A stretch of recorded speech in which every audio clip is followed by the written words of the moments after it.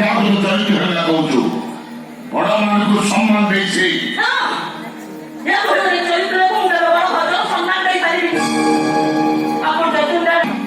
ମୋ ଦ୍ୱିତୀୟ ଶାଶୁ ହେଇଥିଲା, ଚରିତ୍ର ଥିଲା।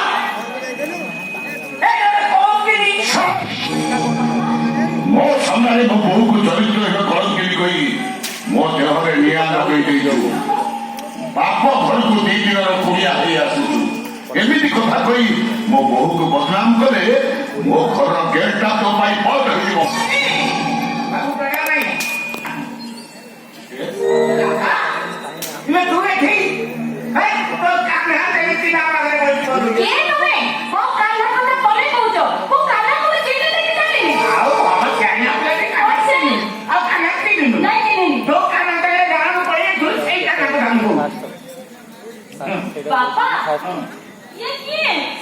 ଏମାନେ ଯାହା କହୁଛନ୍ତି ସଦଲା ମିଛ।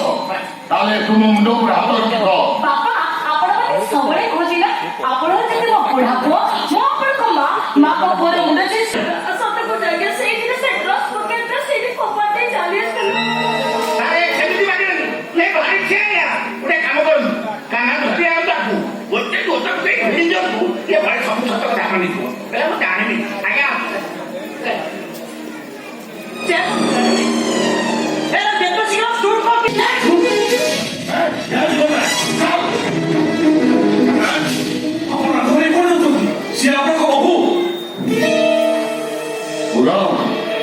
ମିଛ କରି ନାଟକ କରିବାଟା ତୋର ବହୁତ ହେଇଥିଲା।